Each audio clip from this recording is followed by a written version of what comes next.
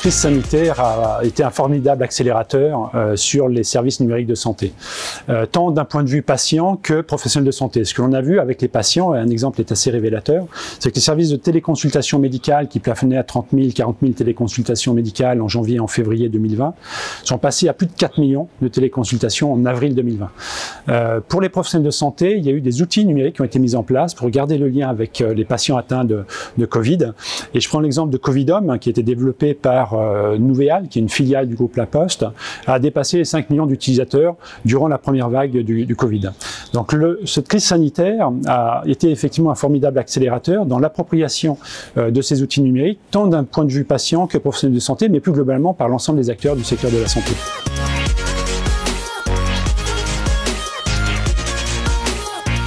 Alors ce que l'on a vu durant cette crise sanitaire, c'est effectivement aussi la difficulté pour un patient de retrouver l'ensemble de ses informations, son historique médical.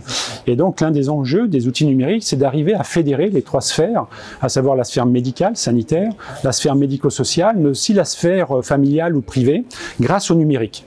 Avec ces outils numériques, on va pouvoir effectivement retrouver son espace de santé digital, avec son historique médical, pouvoir interagir avec un professionnel de santé de manière sécurisée, en ligne, pouvoir accéder à tout un ensemble de services, que ce soit des services de téléconsultation, de télésuivi médical, des services d'information santé, ou tout simplement des services pour mieux s'orienter dans le système de santé, et cela grâce au numérique.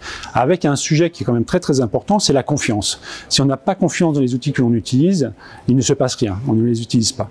Et inversement, si on a confiance, on va pouvoir utiliser un service de préadmission avec l'hôpital pour pouvoir préparer son admission. C'est exactement ce que l'on fait aujourd'hui avec Elsan, qui est le premier groupe de cliniques privées en France, en mettant en place Adèle, l'assistant digital qui va accompagner le patient. C'est un petit peu son compagnon digital.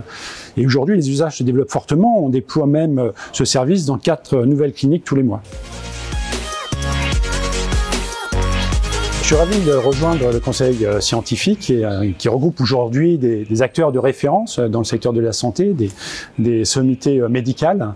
Ce que je vais essayer d'apporter, moi, c'est la vision du digital, d'une part, mais aussi c'est les éléments qui sont un peu clés pour des déploiements de services numériques à large échelle, en intégrant les problématiques de développement des usages, comment s'assurer que les services vont bien être utilisés par les patients, par les professionnels de santé, mais également d'intégrer le sujet des modèles économiques.